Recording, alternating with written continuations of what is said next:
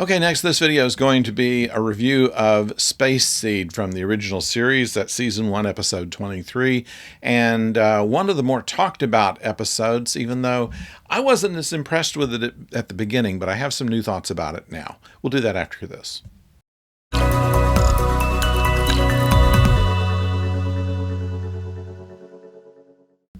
Hello out there, I'm the oldest nerd, and in Space Seed, we notice a DY-100 class vessel.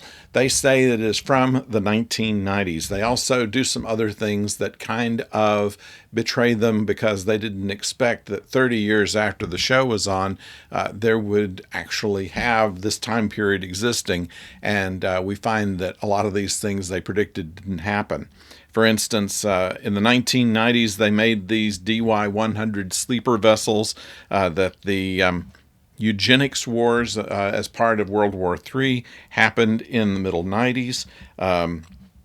Interplanetary travel began in 2018, and if that's not enough to kind of mess you up, you have to realize that Star Trek's world is different than ours is. So we have a few interesting things. This is McCoy's first time of talking about having problems with his atoms being scattered. There are some old medical instruments in sickbay. I mean, they're old by our standards, not just by Star Trek standards, and they were just, I guess, a wall decoration, but a working wall decoration. So it was handy for Khan to be able to pull a scalpel and put it to McCoy's neck. McCoy shows himself to be more than just a doctor. He's a soldier too, and somebody that doesn't take to intimidation. While Khan has the knife at his throat, he says it would be more effective if you would cut the carotid artery just below the left ear. Khan talks about his bravery, and McCoy says, "I was just trying to avoid an argument." While Khan has been put aboard the ship, they say, "Here, read all of our technical journals about it and learn how the entire ship works." Why would you do that to anyone? You don't know who he is yet. You know that he's from the past. Well, he's going to have to catch up, so let's just let him read about our entire technology and how to take over the ship. He's obviously not going to do that. And even after they were fairly assured that he was probably one of these eugenic experiment type of people. It was a while before they realized that he was Kanunian Singh and was one of the most brutal dictators of that era. They identified him as a Sikh, and interestingly, they mentioned of the 72 people on his ship, there were a goodly mix of 30 women. There were people of all ethnicities, not only Indian, but Irish and Scotty says Oriental. I think even Asian then was the proper thing to say, but they didn't. And so on. So it seems that the diversity of the crew was almost as diverse as the Enterprise is. And that says something that even in the 90s, when there's a World War III, Roddenberry's vision that things were going to get better as time went on was actually being acted upon there. What's interesting is they're rescuing Khan from the freezing chamber, where he's having some kind of cardiac arrest or something when the chamber malfunctions. They open it up, and immediately Kirk and Scotty are right up to him, seeing, "Are you all right? What are you saying?" While McCoy is standing alongside, and I would think, if you're in cardiac arrest, I'd say, if I were the doctor, everybody get out of the way. I got to work on this guy. He brought his little kid with him, but didn't seem to care about doing anything until they got him back to the ship. Thankfully, he having genetically engineered recovery abilities. They show their dress uniform. I think this was for the first time in the original series that the dress uniforms are shown, and actually worked out pretty nicely. You notice there was an extra flourish on the captain's and on Spock's, where there was a slightly less ornate for Scotty. Another question I had about security is that when Khan is locked in his quarters, they put one guard out there and lock the door. They know what he's capable of by then, and all they say is put one guard up and lock the door. They should have put him in the brig. They should have put a dozen guards around him, but instead he's just in his quarters, and all he has to do is tear the door open and knock out the guy by saying, "Oh, you could actually open the door?" And goes off and manages to take over the ship before anybody even knows what's going on. Once again, how is it possible for someone who escapes confinement to quarters to get all the way to engineering and then switch off the ship before anybody on the bridge knows it? Shouldn't there have been some kind of indicator about that?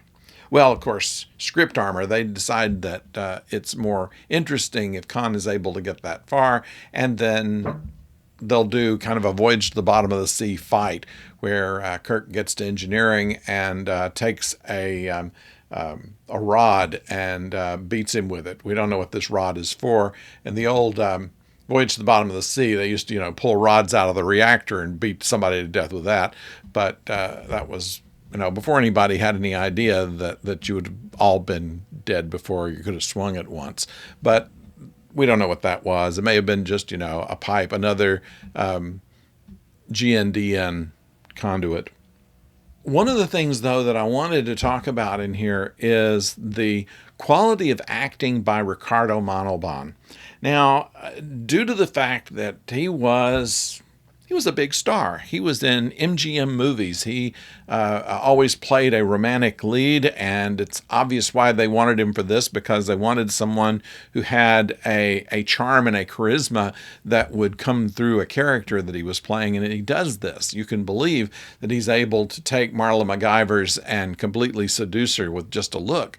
And while you might consider it a little bit creepy if it were anybody else doing it, here is a Superman with the charm that he has, who is able to affect. And McCoy says, it affected you as well, didn't it, Captain? So this is something that he was capable of doing. So I will take the creepiness factor down a notch there with his interactions with MacGyver's.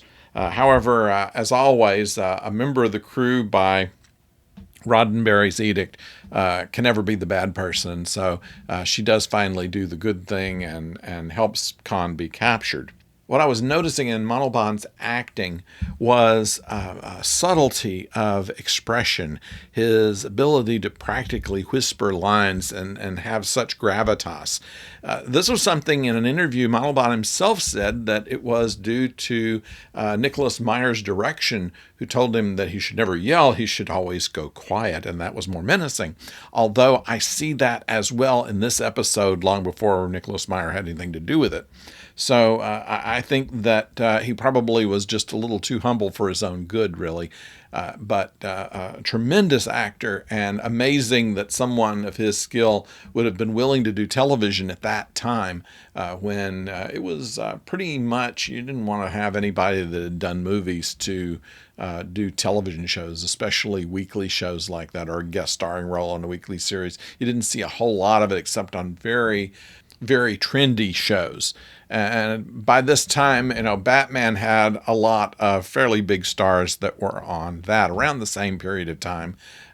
So I suppose there was some of that. That is Space Seed. It went on to be the kickoff for Star Trek: The Wrath of Khan.